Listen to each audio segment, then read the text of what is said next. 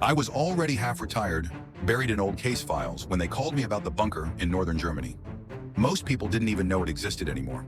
A forgotten NATO installation out in the flat gray fields near the North Sea, buried under concrete and damp earth. On paper, it was mothballed.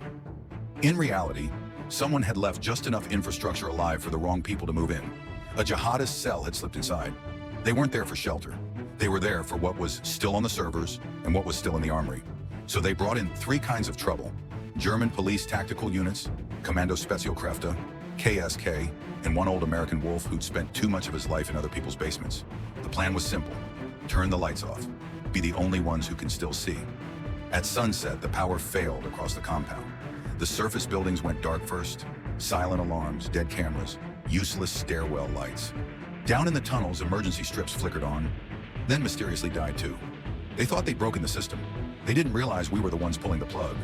We went in through an old maintenance shaft, concrete sweating cold, ladders rusted, the smell of dust that hadn't moved since the Cold War. KSK took point, helmets low, night vision glowing faint green. German police followed, steady and nervous. I was in the middle, listening to the sound of my knees arguing with my past. In pure darkness, people panic. Under NVG, darkness is just information. The first contact was in a long corridor lined with old storage doors. Three militants, flashlights cutting thin white cones across the walls, arguing about generators. They never saw the shapes behind them until it was too late. Green shadows, gloved hands, suppressed shots. No speeches, no slogans, just quiet. Room by room, tunnel by tunnel, we stripped them of light and space. They fired blind into the black. We moved like we'd been born there.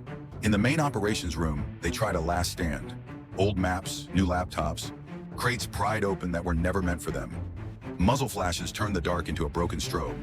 One KSK operator went down, another dragged him behind a console while I cut a path to the man barking orders in the corner.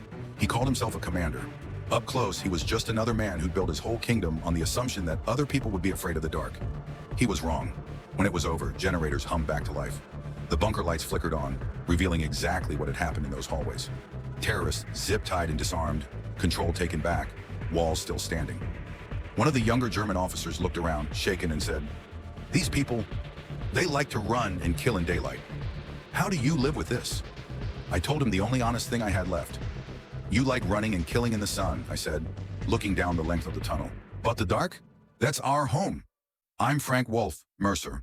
This is Old Glory Legends.